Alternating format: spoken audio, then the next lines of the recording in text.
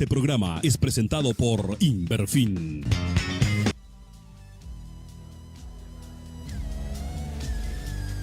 La donación de órganos puede ser considerado o considerada como uno de los últimos actos de amor o uno de los actos más sublimes a los que puede llegar un ser humano.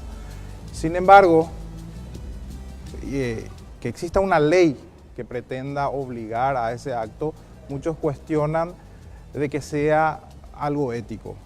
Hay una discusión moral, filosófica detrás de esto. Sin embargo, muchos aducen de que es una buena manera para salvar más vidas. Hoy vamos a discutir sobre la pretendida ley de donación de órganos. Bienvenidos a Confrontados.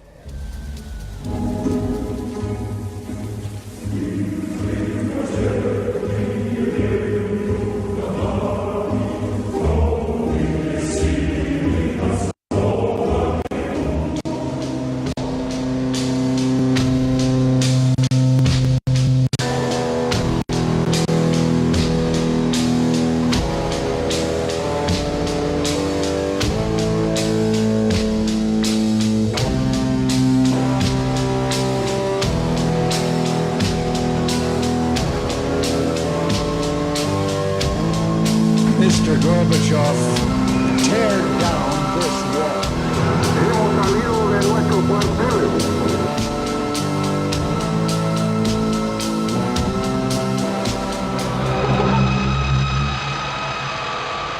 Muy buenas noches, familia. Bienvenidos a un nuevo programa de Confrontados. Cuando son puntualmente las 21 horas, arrancamos esta nueva edición. Hoy con un tema que realmente es polémico. Está dividida la opinión en ese sentido.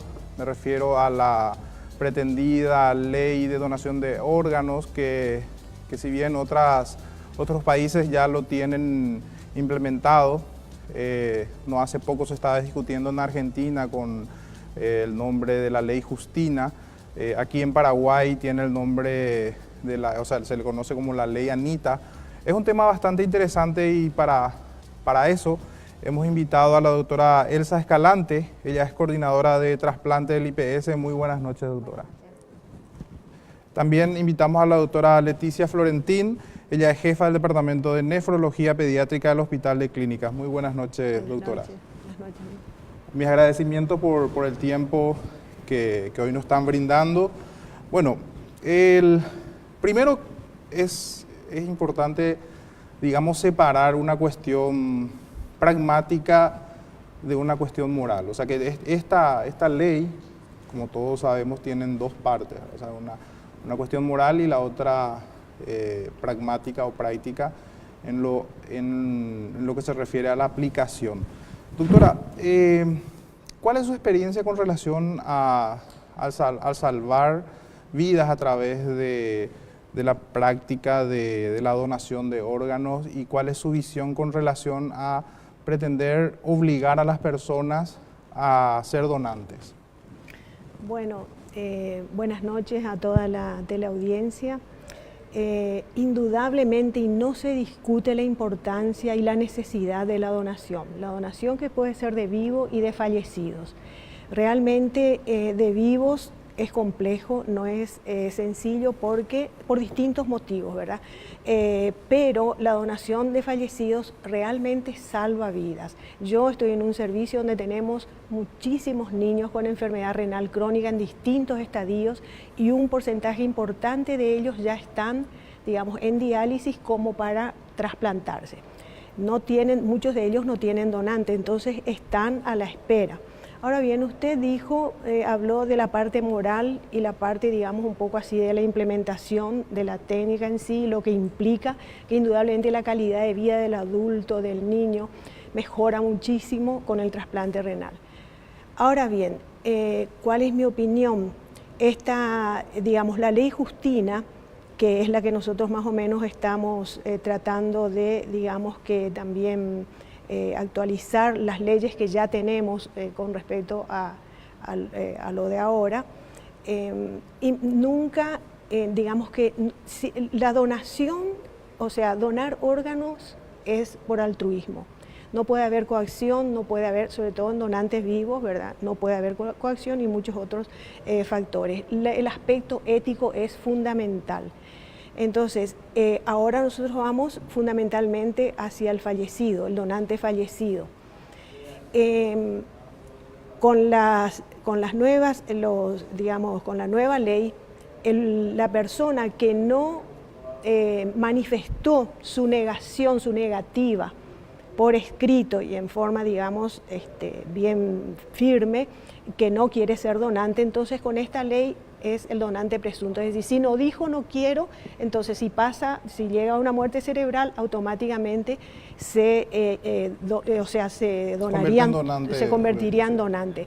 Pero uno dice, bueno, nosotros cada uno, o sea, ahí hay un contexto, digamos, ético muy importante, porque nosotros cada uno somos dueños de nuestro cuerpo, sobre todo a partir de la mayoría de edad, somos dueños absolutos de nuestro cuerpo. Ahora bien, ¿qué pasa con el fallecido? Entonces, con esta, digamos, si se intenta obligar, imponer, es decir, la persona no dijo no quiero ser donante, está con muerte cerebral, entonces automáticamente el Estado dice no, está reglamentado, entonces sáquenle los órganos. Eso para nada es ético. Y en todo esto hay que tener mucho cuidado, en todo el tema de trasplante de órganos, porque la ética, digamos que tiene que estar impregnada de ética, si no sería realmente lamentable. Entonces, ¿quién es dueño de del fallecido? Con esta ley, y si se pretende imponer, sería el Estado. El Estado va a ser el dueño de eso, o sea, va a ordenar que se cumpla la ley. La familia, es decir, el fallecido tiene sus afectos, tiene sus herederos, tiene su familia, y por costumbre, ¿quién, digamos, se hace cargo de ese fallecido? La familia. Entonces, pretender, yo no digo, esto se está discutiendo y hay muchas voces a favor y en contra. La imposición no debería ser. Es un momento muy doloroso para la familia, ¿verdad? Perder a un ser querido, y tratar de imponer en ese momento doloroso, creo que no. Pero sí, la donación es muy importante y, por supuesto, consensuar con la familia. Y si la familia no acepta, y bueno, ¿qué le vamos a hacer? Siempre va a haber donación. La donación es altruista, no se puede imponer, ya sea del donante vivo ni del fallecido. Entiendo. Doctora, ¿cuál es su opinión con relación a este anteproyecto de ley y los alcances que puede tener? Bueno, como digo, es un debate, se dijo mucho acerca de lo que es la ley, ¿verdad? De repente darle un poco el trasfondo de que sea obligatorio donar los órganos, bueno, es también la interpretación que cada uno le da, ¿verdad? Porque desde el momento que te dan la opción de no ser donante, bueno, medio que la palabra de obligación pasa a segundo plano, ¿verdad? Pero ¿qué es lo que pasa en la vida real, ¿verdad? Como este es un ejemplo que yo siempre doy, porque ya lo había dado en otros medios, ya había hablado incluso con la gente que me pregunta, ¿verdad? Es muy importante la decisión en vida del fallecido, porque lo que nosotros a la hora de darle al ser querido que falleció, de darle la posibilidad de ser donante, es lo que nosotros siempre respetamos, es la voluntad del fallecido. Por eso cuando encaramos una entrevista familiar, siempre queremos saber cuál era la posición de esa persona y si esa persona jamás habló de eso con la familia, porque hablar de la muerte, no todos los días uno habla de la muerte es algo muy doloroso, que ni siquiera los propios médicos a veces aceptamos, ¿verdad? Entonces tratamos de preguntarle cómo era en la vida cotidiana, si era una persona solidaria, si le gustaba ayudar o era una persona cerrada, y bueno, vamos tratando de quitarle algo positivo al estilo de vida que esa persona llevaba en vida y hacer la solicitud, ¿verdad? Independientemente de si la ley es obligatoria o no es obligatoria para donar órganos, siempre a la hora de hacer la entrevista se respeta la decisión del fallecido, y en el caso que él en vida haya dicho que quiso ser donante o haya dicho que no quiso ser donante, la familia es la que decide. Doctora, tengo una duda con relación a ese planteamiento. Más allá de la técnica legislativa, que por supuesto no es su rama, pero bueno, por lo general cuando no está prohibido algo, está permitido. Eso se invertiría en este caso, es decir, las personas directamente van a ser obligadas porque no dejan patente o escrita esa voluntad. Pero a lo que quiero llegar es que eso no sería una gigantesca burocracia a los efectos de plasmar la voluntad. Imaginemos una persona que vive en el interior del país. ¿Cómo haría para poder, digamos, plasmar su voluntad? Y amén de eso, de que nadie quiera hablar de una situación post-mortem, ¿verdad? Una situación dolorosa, porque la muerte es dolorosa, ¿verdad? Claro, como yo repetí varias veces, yo no estoy a favor, yo como profesional médica, y creo que muchos profesionales médicos que participamos en todo lo que es el proceso de donación y trasplantes, no estamos a lo mejor ni en contra ni a favor. Lo que nosotros queremos es que con el debate que está creando esta ley, y más que hoy se hizo el lanzamiento vía conferencia de prensa de otro proyecto de ley, lo que nosotros buscamos es que con esta ley se busque el bien común y de una vez tratemos de educar y consigamos que la sociedad esté informada y esté educada acerca de la donación de órganos, ¿verdad? Porque en muchas situaciones, como vos bien lo dijiste, los pacientes que llegan a nosotros a veces son pacientes del interior del país, que nunca en su vida escucharon hablar de la donación de órganos. ¿Quién es? Es una mamá que a lo mejor no tiene el acceso a las redes, al popular Google que tenemos hoy nosotros. Entonces, ¿qué es lo que nosotros hacemos? Estamos cosechando y sembrando en un solo día a una familia que está sufriendo. ¿Entienden? Sí. Bien, para arrancar le damos este enfoque, digamos, ético y moral. Pero a la vuelta de la pausa, quiero compartir con mis invitados del día de hoy cuáles serían las implicancias y las consecuencias de obligar a una persona a donar sus órganos y si esto no acarrearía otro tipo de problemas, por ejemplo, mafias, etcétera. Pero a la vuelta de la pausa vamos a hablar sobre ese interesante debate.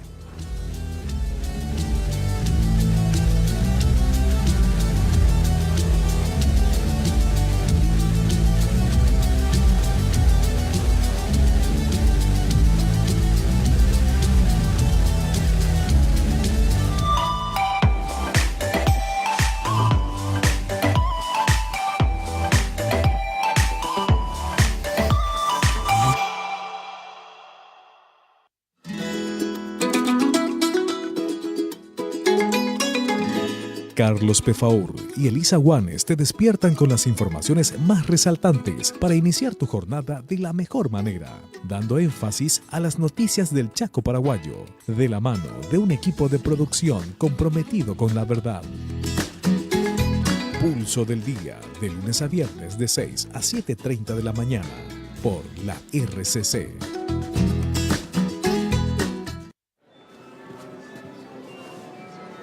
¿Dónde está Tomás? Pensé que estaba contigo. No.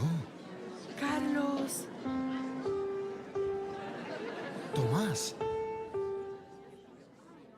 Ve por él.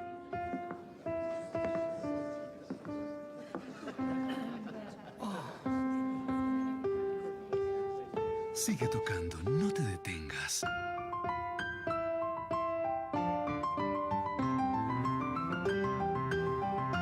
Fantástico.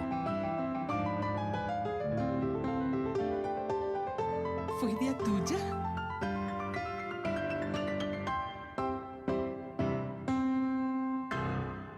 Muy bien. La inspiración, pásala. Un mensaje de la Fundación para una vida mejor. Red Chaqueña de Comunicaciones. Un medio enfocado en ofrecer contenido sano y de valores las 24 horas del día. Con estudios ubicados en el corazón del Chaco paraguayo, Filadelfia y en la capital del país, Asunción.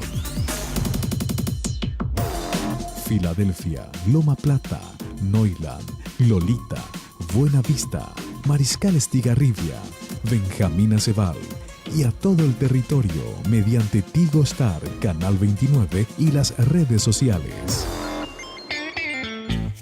Nuestra visión es fomentar el amor a Dios y entre las personas mediante programas de calidad, un mensaje positivo y de esperanza. RCC, valoramos la vida.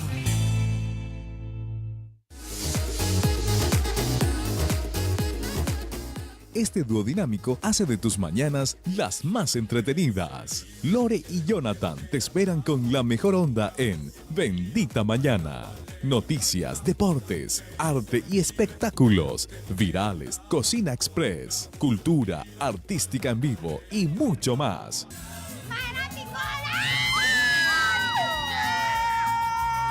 De lunes a viernes de 9 a 11 horas en Bendita Mañana por la RCC.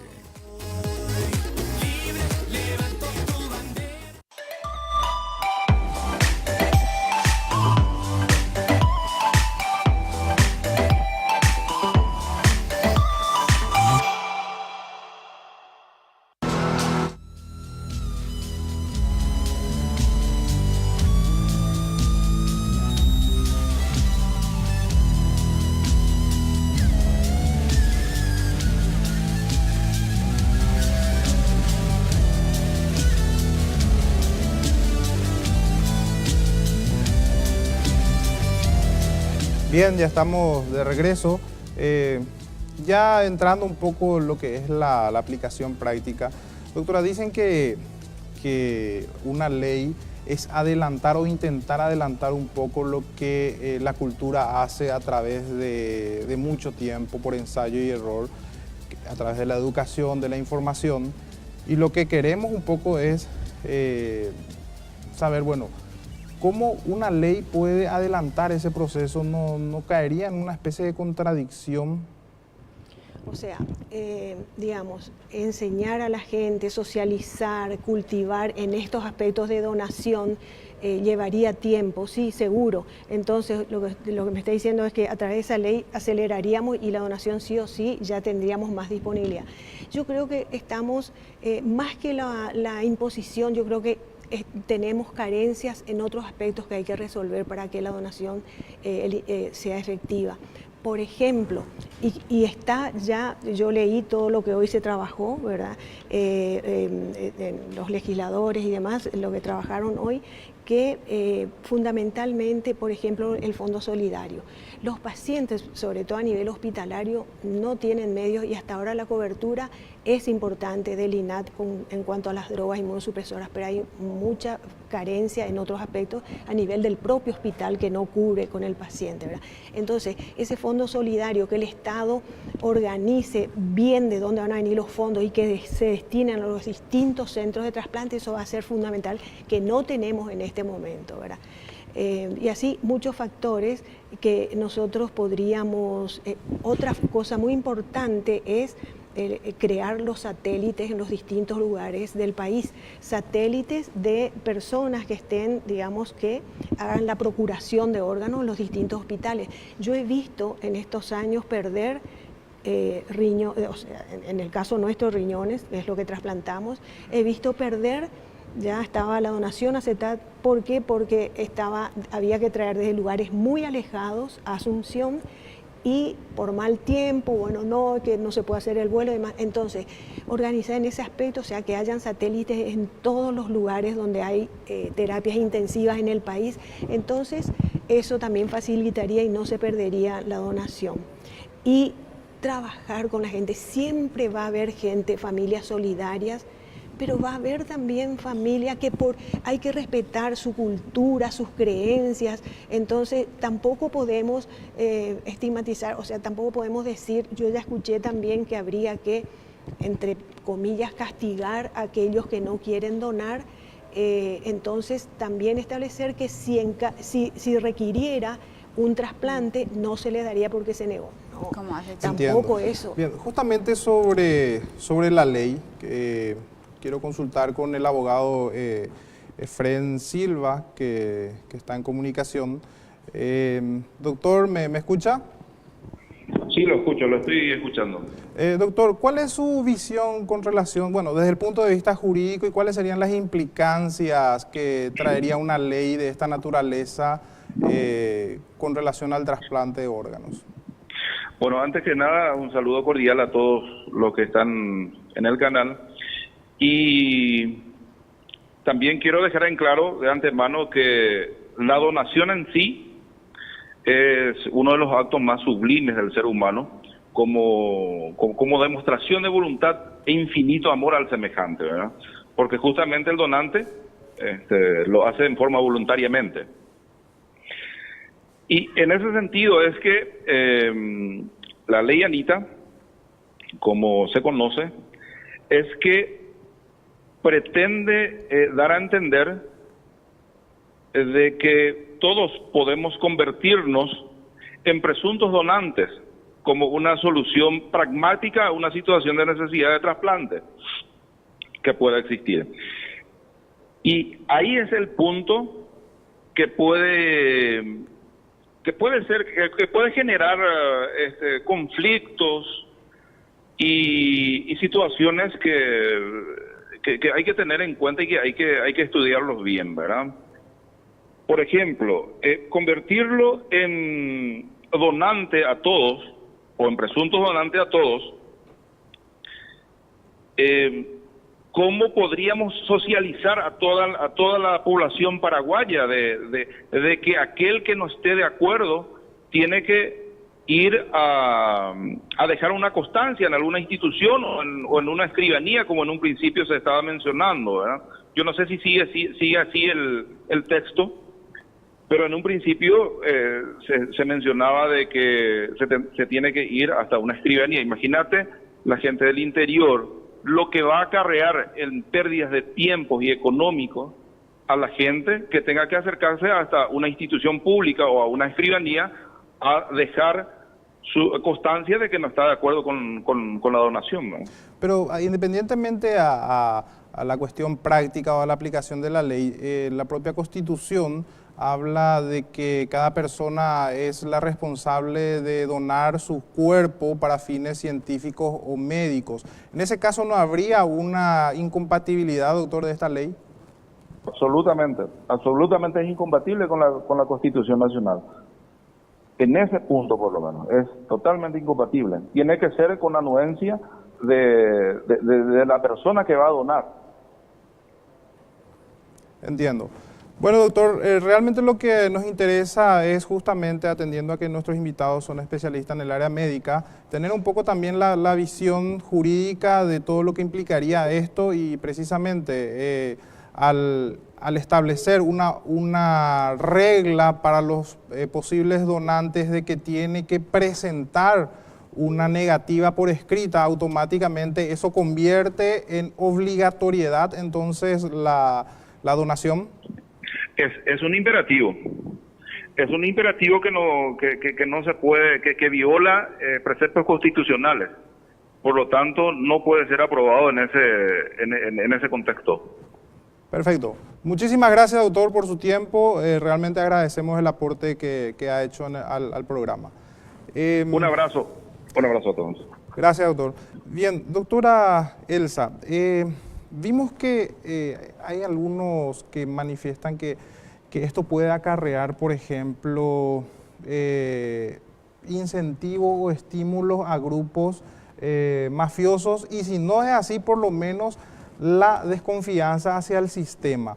Por ejemplo, ¿cómo puede saber una persona de escasos recursos si realmente está en un estado vegetativo o es un coma inducido esperando a que aparezca un donante con dinero, atendiendo a que es de escasos recursos? Por decir una de las tantas situaciones que se puede generar.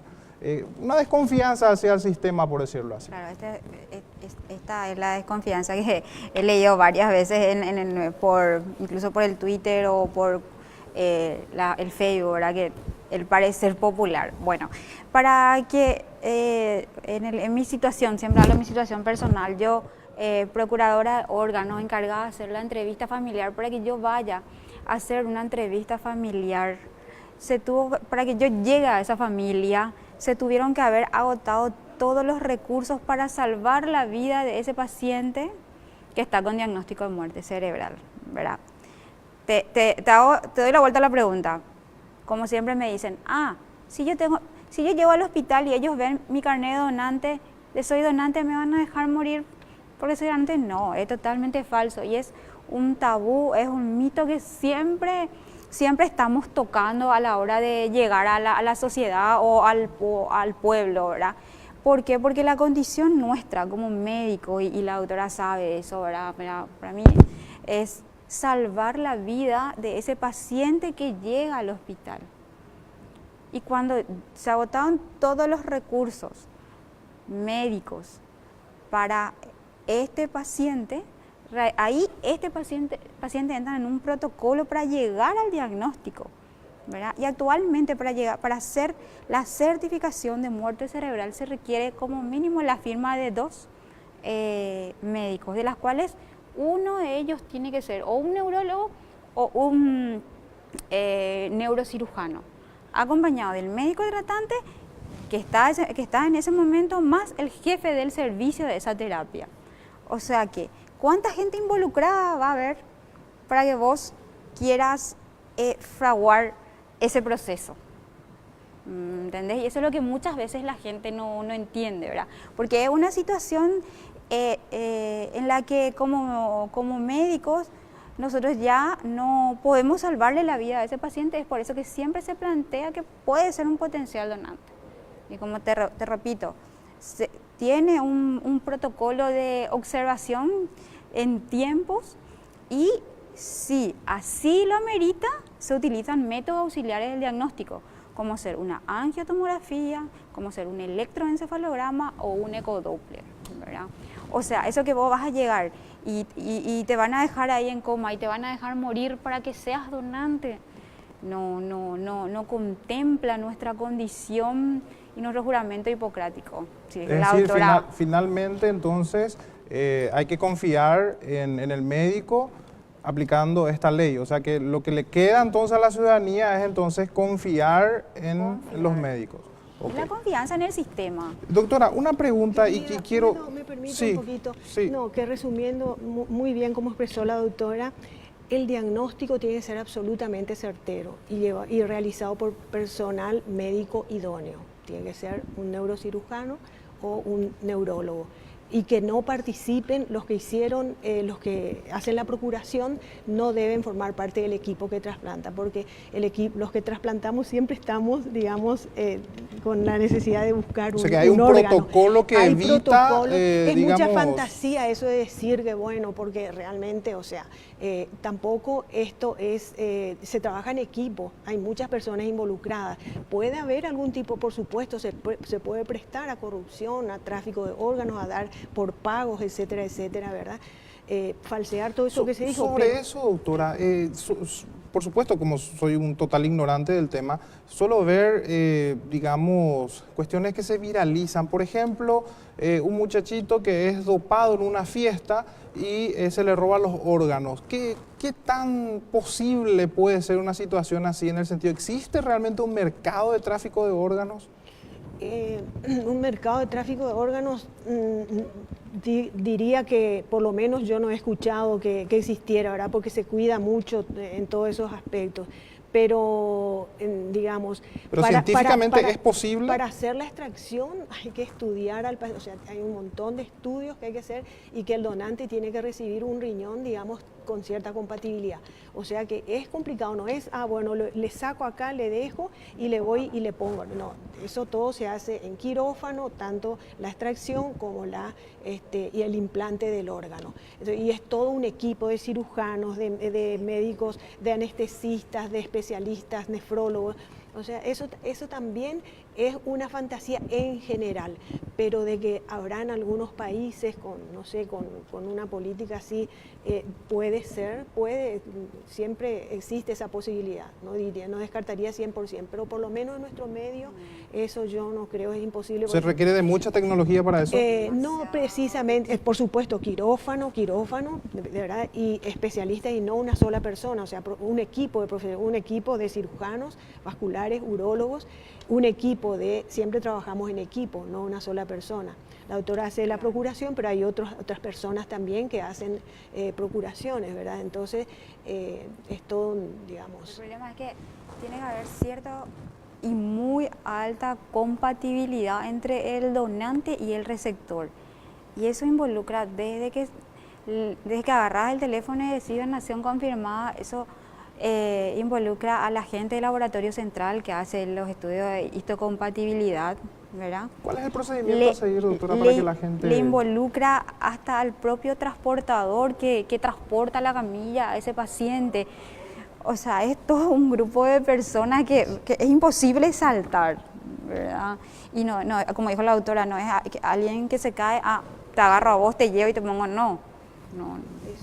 Por eso es muy importante la educación, hablar sobre esto, socializar, que la gente se entere. Entonces, y detrás de eso, una vez que la gente se va, digamos, va adquiriendo conocimiento de todo esto, la desconfianza va a mermar. Pero, repito, volvemos al punto, digamos, crucial y que hay divergencias de opiniones, que es la imposición para la donación en el fallecido, porque en el donante vivo... A la vuelta de la pausa vamos a estar hablando también con relación a la experiencia en otros países, o sea, cómo le está yendo a los países en donde esto ya es ley hace tiempo y de repente ver si eso podría de cierta forma ser un patrón que se puede repetir en nuestro país. Ya regresamos después de estos anuncios.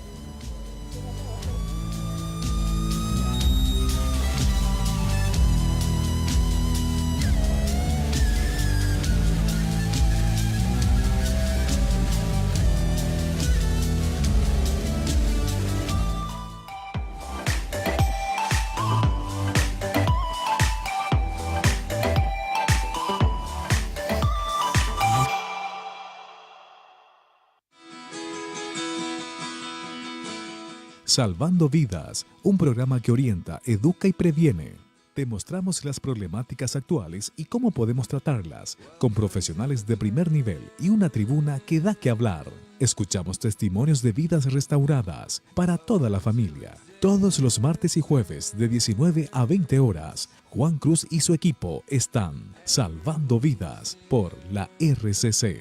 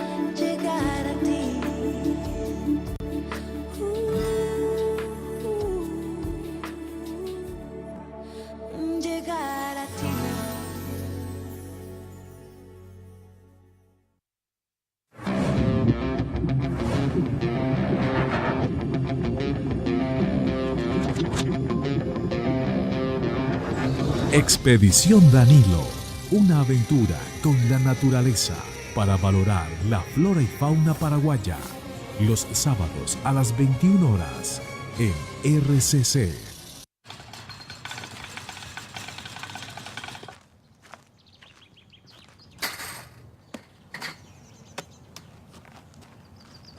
¡Soy el mejor bateador del mundo! Primer strike. ¡Soy el mejor bateador del mundo! Segundo strike.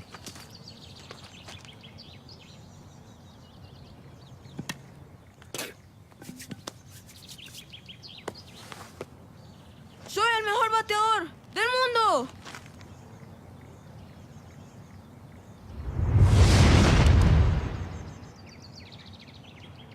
Tercer strike. ¡Wow! ¡Soy el mejor lanzador del mundo! ¡Claro que sí! Confianza. Pásala. Un mensaje de la Fundación para una vida mejor.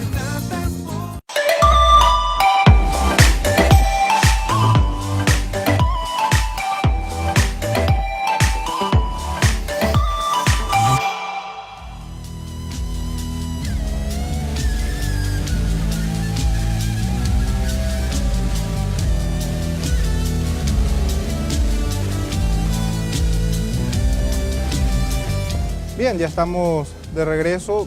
Doctora, ¿hay algo que especialmente la gente que está interesada en este tema nos gustaría saber y que tiene que ver con la aplicación fáctica ya de esta ley o de digamos, de estas prácticas en otros países? ¿Cuál es su experiencia con relación a los resultados en otros países, con ley y sin ley?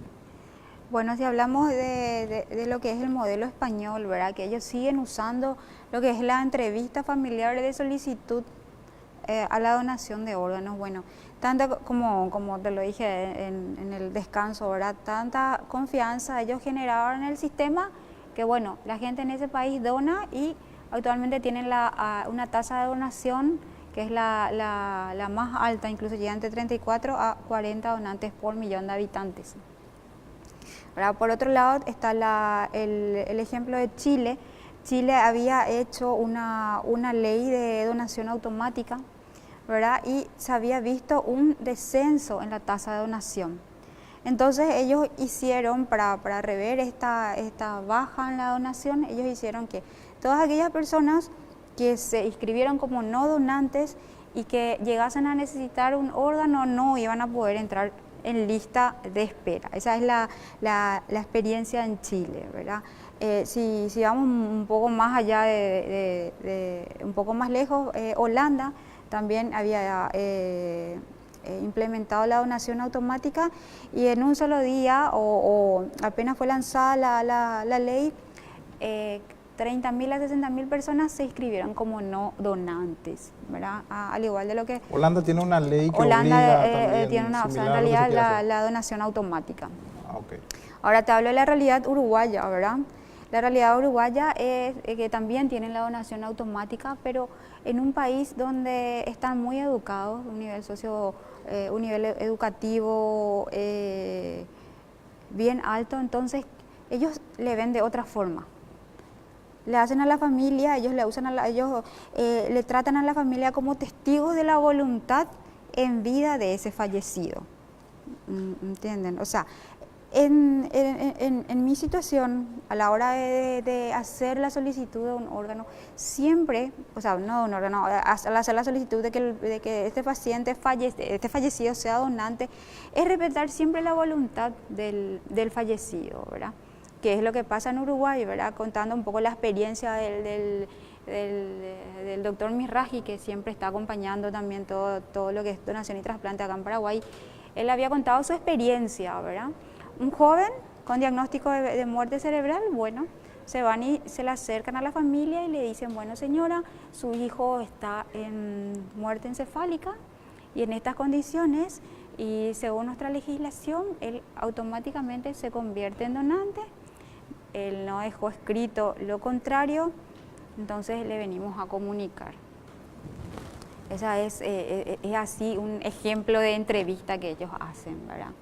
Entonces, o sea, no es que se le deja de lado a la familia, sino que ellos le hacen partícipe de la decisión o ya sea para sí o para no del fallecido.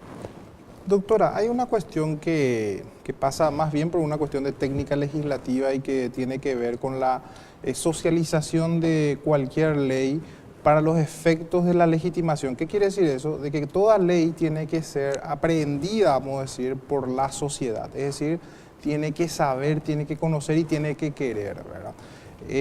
Con relación a esa práctica, ¿se vio eso con esta ley? ¿A ustedes, o sea, se ha invitado a audiencias, se les consultó o esto se trae? No tengo entendido, el miércoles hay una audiencia pública. Mañana hay una reunión también en el, digamos, con los legisladores y todo eso, y participación de médicos también han invitado, y el miércoles se va a hacer una audiencia pública. O sea que yo creo que eso también por las manifestaciones, unos a favor y otras manifestaciones en contra de esto, de la imposición, está surgiendo y me parece muy bien, me parece muy bien. Realmente tengo que decir que nosotros en este momento en el servicio a mi cargo tenemos niños que están muy deteriorados porque todo aquel paciente renal crónico que perdura años y años en hemodiálisis o en otro tipo de diálisis peritoneal se deteriora física y psicológicamente, sobre todo los niños. Mucho deterioro y, digamos, lo que le queda es realmente el camino futuro, es triste porque la sobrevida es escasa. Entonces, sí o sí tenemos que trasplantar. La alternativa, digamos, una alternativa muy importante cuando tiene parientes mayores, digamos que la donación de vivo, que nosotros también en los niños implementamos, es también importante. O sea, incluso es mejor porque ya tienen una compatibilidad mayor que un extraño, entonces la duración del órgano implantado es mayor, también incluso de por vida.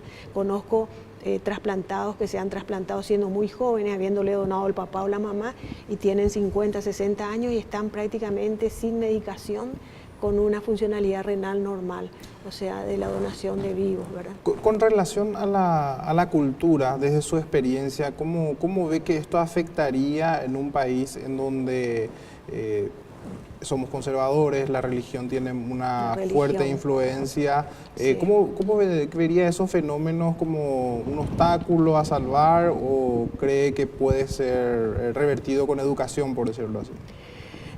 Podría ser, yo considero, o sea, entre los seres humanos hay personas, digamos, muy solidarias, muy generosas, y otras personas que también son solidarias y generosas, pero tienen una forma de hacer su duelo ante un ser querido fallecido, tienen una forma distinta, ¿verdad?, de hacer el duelo. Entonces esa gente es la que probablemente se va a negar. Y yo considero que eso hay que respetar. Pongámonos en el lugar nosotros mismos, si así no sucediera, ¿verdad?, con un ser querido. Entonces, lógico, hay personas y personalidades, y bueno, que dirán sí, digamos, no hay problema, y otras que no.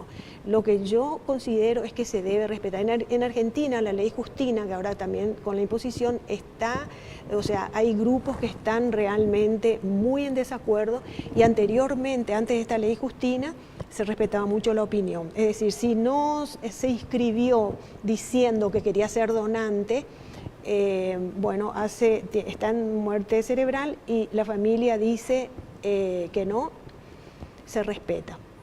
Y eso es lo que se está queriendo implementar también ahora con el tema de la ley Justina, porque yo creo que todos tenemos que ponernos en el lugar.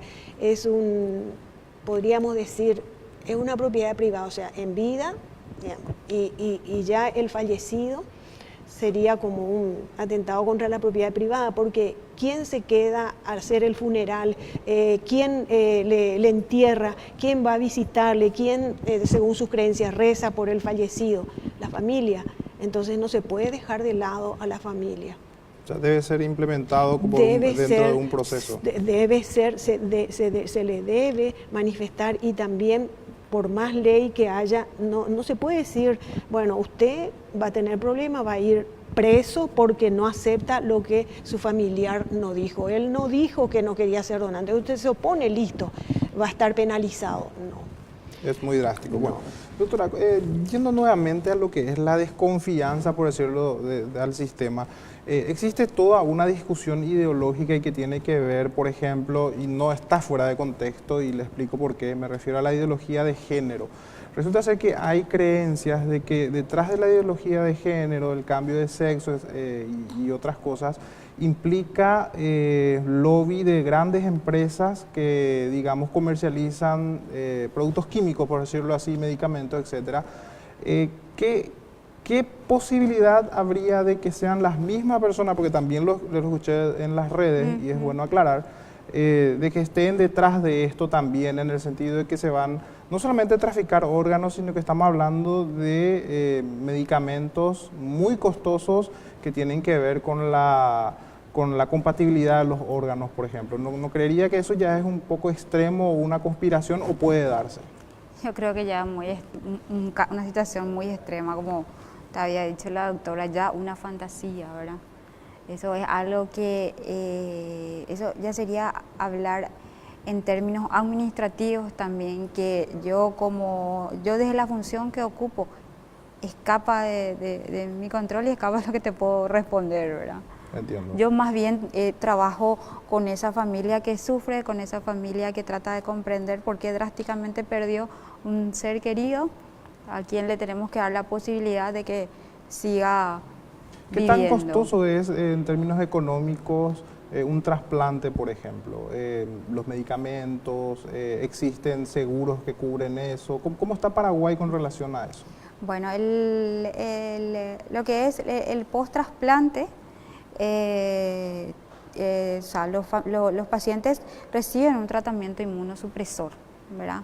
Que es muy costoso. El Instituto de Previsión Social absorbe con los asegurados, y de todo lo que es clínica y el sector público lo absorbe el Instituto Nacional de Ablación y Trasplantes, ¿verdad? Existen situaciones en las que a veces están en falta los medicamentos, entonces se crean como convenios temporales, por así llamarlo, ¿verdad? Entonces el IPS apaga el juego del ministerio, que ahora no tiene esa cantidad, ya sea porque se tardó en licitar, porque no hay en lote. Entonces, siempre lo que es trasplante es siempre muy sensible, y siempre tratamos nosotros de dar soluciones cuando hay problemas de medicamentos. Eso te va a explicar mejor la doctora. Sí, doctora, con relación a esos medicamentos, digamos, son medicamentos que se importan, por supuesto. Sí, la mayoría son medicamentos importados, son muy costosos, y bueno, el paciente trasplantado tiene que ya tomar de por vida esa medicación. Y es una asociación de drogas inmunosupresoras, no una sola. Se usan dos, para la inducción otra, corticoides, y estos medicamentos antirrechazo son muy caros, son muy costosos. Nosotros estamos trasplantando, de hecho, gracias a que el INAT cubre a nuestros pacientes. O sea, el Estado en este caso cubre, absorbe eso, por más de que no tenga una, digamos, un seguro social. No, a nivel hospitalario. A nivel hospitalario, en los hospitales del ministerio y en el hospital de clínicas el INAT apoya. Algo muy importante también que leí... También los pacientes que de alguna u otra manera están en un seguro privado, al no contar con el seguro social del Instituto de Previsión Social, pasan a formar parte de lo que es la salud pública. O sea, entonces también lo absorbe el INAT. Entiendo. No, por tener un seguro prepago privado no lo inhabilita de recibir, ¿verdad? Por eso no se habla, yo no quisiera hablar de IPS, sino quisiera hablar del trasplantado paraguayo, Entiendo. que recibe el mismo trato, ¿verdad? Algo muy importante que estuve leyendo en lo que se quiere agregar a la ley anterior, ¿verdad? En algunos artículos se hace referencia a que el INAT va a ser un ente contralor mucho más que antes. O sea, en cuanto a... Va a ser más drástico. Toda esa desconfianza se va a ir diluyendo cuando también nosotros tenemos que socializar cómo trabajamos. El INAT va a controlar si la infraestructura del lugar donde se va a trasplantar es adecuada, si el personal es idóneo, porque el trasplante renal es lo más complejo dentro de la especialidad de la nefrología y es el mejor tratamiento, eso es indudable, es la mejor calidad de vida que le da. pero también tienen que ser personas y profesionales idóneos. Entonces, todo eso va a controlar el INAH, la medicación, los fondos solidarios, ese tipo para el trasplante, que va a controlar que se utilice donde tiene que ser. Entonces, eso realmente también va a ser muy importante, un poco para que haya más confianza, ¿verdad? Y por supuesto, tranquilizar a la gente, porque los médicos, nosotros, estamos muy abocados a que el diagnóstico sea certero, el diagnóstico de muerte cerebral. Sí, claro que puede haber corrupción en el sentido pueden haber grupos que hagan esa práctica. Yo en nuestro país diría que no, pero en algún país puede que haya, ¿verdad?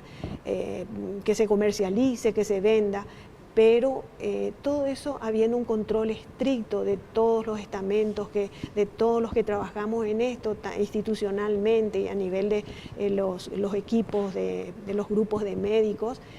Yo creo que esto realmente va a mejorar mucho con todo lo que se pretende cambiar. Y lo otro, hay que conversar, hay que educar y respetar mucho el duelo de la familia. No nos olvidemos, no podemos en forma tan fría ir a hacer un planteo, señora o señora, acá la ley dice esto, entonces salga, váyase, le vamos a dar después. No. Hay que respetar, yo creo que Entiendo. La ética. Bien, lastimosamente el tiempo se nos ha ido, es un tema muy interesante, muy apasionante. Desde ya muchísimas gracias por su tiempo, doctora. Doctora, realmente agradecemos ese tiempo. A la vuelta de la pausa ya vamos a estar hablando, ya concluyendo con la entrevista de hoy, pero ahora vamos a cumplir con nuestros anunciantes.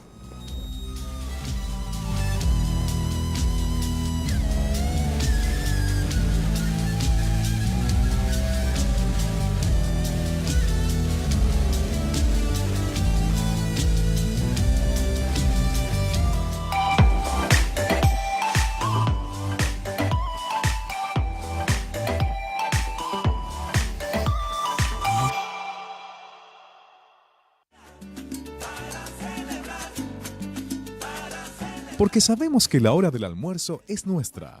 Anto y Lisi te invitan a que compartas sus recetas favoritas, combinando la cocina con un toque de amor. Invitados variados con temas actuales, educativos, tips de cocina y mucho de qué hablar. Entre nosotras, de lunes a viernes, de 11 a 12 horas, por la RCC.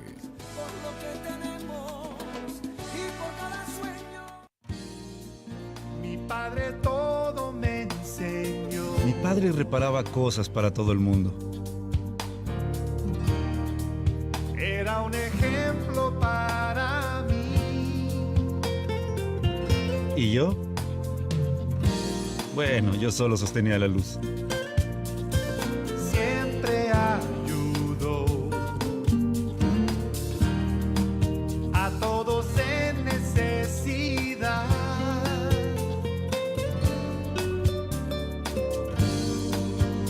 A través de los años, reparamos cosas de amigos y de algunos desconocidos también. Me estaba enseñando algo más que a reparar cosas.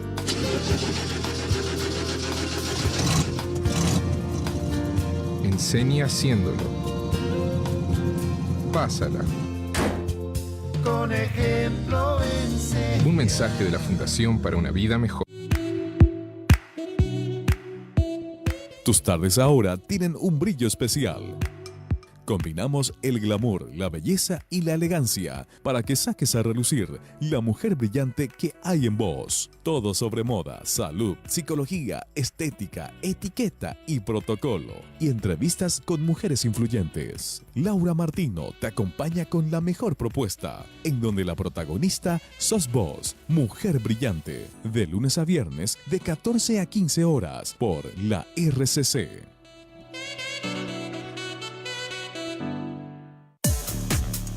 Red Chaqueña de Comunicaciones. Un medio enfocado en ofrecer contenido sano y de valores las 24 horas del día.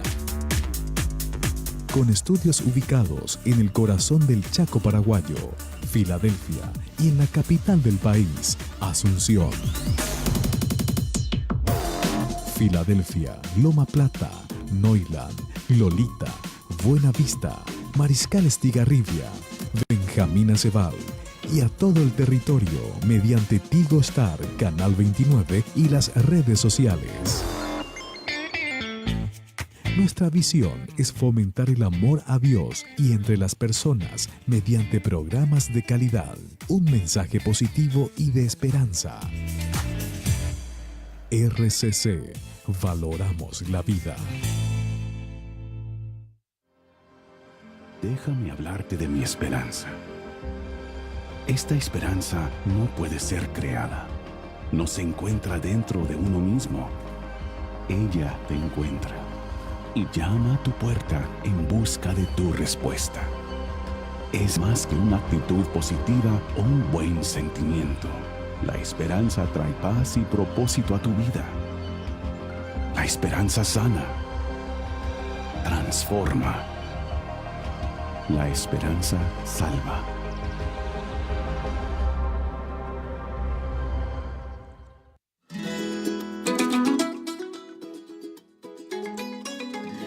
Carlos Pefaur y Elisa Guanes te despiertan con las informaciones más resaltantes para iniciar tu jornada de la mejor manera, dando énfasis a las noticias del Chaco paraguayo, de la mano de un equipo de producción comprometido con la verdad. Pulso del día, de lunes a viernes de 6 a 7:30 de la mañana, por la RCC.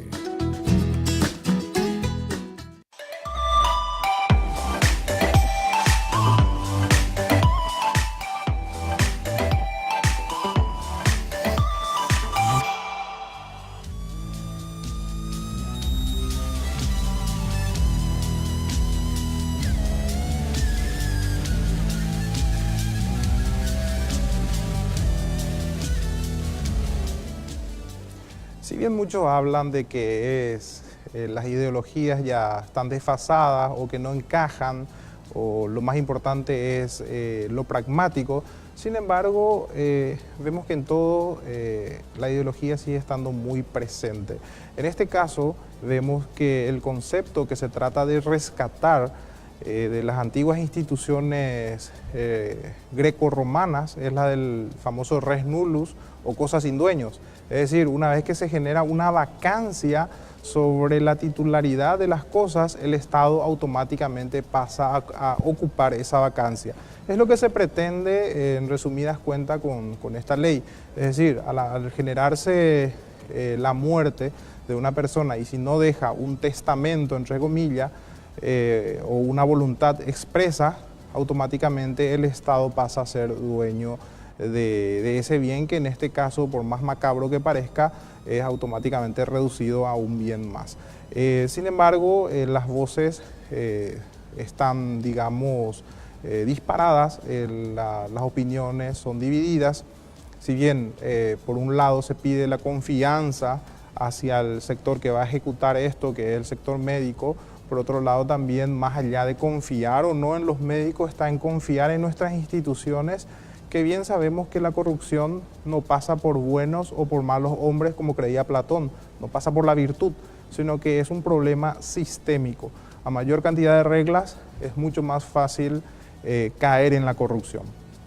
Es un poco lo que vemos quizás desde la visión de las ciencias políticas y no necesariamente desde la visión médica, que quizás por supuesto haya muy buenas intenciones, pero recordemos que en la política especialmente, las buenas, el camino al infierno está empedrada de buenas intenciones, como dice el refrán. Es muy importante que la sociedad debata, es muy importante que esto se sepa, es importante socializar esta ley, porque de lo contrario la gente no va a tener con qué defenderse. Muchísimas gracias por acompañarnos a una nueva edición. Le esperamos para el próximo lunes para una nueva entrega de Confrontados.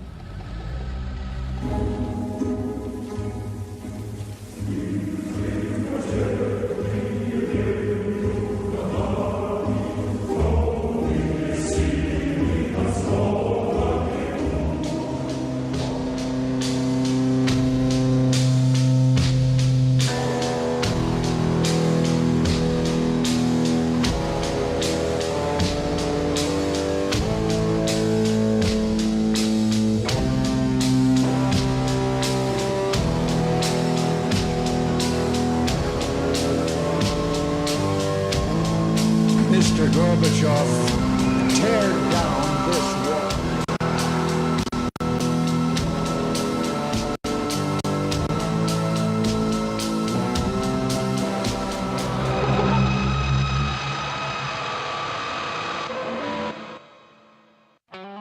Este programa fue auspiciado por Inverfin.